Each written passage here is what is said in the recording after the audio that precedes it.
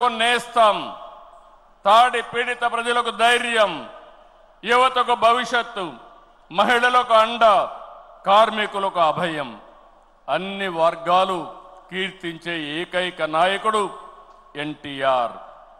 తనను వెండితెర విలవేల్పును చేసిన తెలుగు ప్రజల రుణం తీర్చుకోవడానికి ఆయన రాజకీయాల్లోకి వచ్చారు. అందుకే ఎంత కష్టమైనా వెనుకడుగేయలేదు. 60 సంవత్సరాల్లో రాజకీయాల్లోకి వచ్చి చరిత్ర సృష్టించిన వ్యక్తి.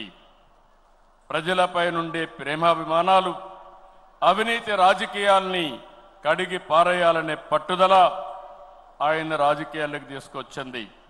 సమాజమే దేవాలయం, ప్రజలే దేవుళ్ళనేది పార్టీ సిద్ధాంతంగా మార్చారు. అధికారం అంటే బాధ్యతని చాటి చెప్పారు. పదవంటే సేవ చేసే అవకాశమని నిరూపించారు. పాలకులంటే సేవకులని చెప్పి దేశ రాజకీయాల అర్థాన్నే మార్చిన ఏకైక నాయకుడు ఎన్టీ రామారావు. ఎన్టీఆర్ పార్టీ పెట్టి కూడు గూడు గుడ్డ తన విధానం అని చెప్పారు. పార్టీలో ఇల్లు, నాగలి, చక్రంతో తన ప్రాధాన్యతలు వివరించారు.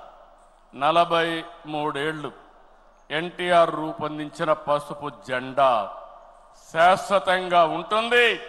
తెలుగు జాతి ఉన్నంత వరకు ఎన్టీఆర్ గుర్తుంటారు. ఈ జెండా ప్రజలకు సేవ చేస్తుందని చెప్పి కూడా నేను మీకు తెలియజేస్తున్నా. పసుపు జెండా అంటే దేశ రాజకీయాల్లో కొత్త ఒరవడికి నాంది పలికిన జెండా, తెలుగువారి అభివృద్ధి పదాన నడిపించిన జెండా, తెలుగువారి ఆత్మ గౌరవాన్ని చాటి చెప్పిన జెండా, తెలుగు ప్రజల్లో ఆత్మవిశ్వాసాన్ని నింపిన జెండా, ఆడబిడ్డలకు అండగా నిలిచిన జెండా, రైతన్నల కన్నీరు తుడిచిన వెన్నంటే ఉన్న జెండా, విజన్తో తెలుగు జాతికి విజయాన్నిచ్చిన జెండా, తెలుగు ప్రజల నమ్మకం, విశ్వాసం, భవిష్యత్తు, భరోసా తెలుగుదేశం జెండా. ఆ జెండా చూస్తా ఉంటే ఎక్కడ లేని విశ్వాసం వస్తుంది. ఇది శాశ్వతంగా ప్రజలకు అండగా ఉంటుందని మరొక్కసారి ఎన్టీఆర్ సాక్షిగా మీ అందరికి విజ్ఞప్తి చేస్తున్నాం. సంక్షేమం, అభివృద్ధి, సుపరిపాలనతో కొత్త వరడికి శ్రీకారం చుట్టిన వ్యక్తి ఎన్టీఆర్. పేదవాడికి పట్టెడన్నం పెట్టాలని 2 రూపాయల కేజీ బియ్యం, అందరికీ పక్కా ఇళ్ళు, బడుగులకు జనతా వస్త్రాలు అందించారు.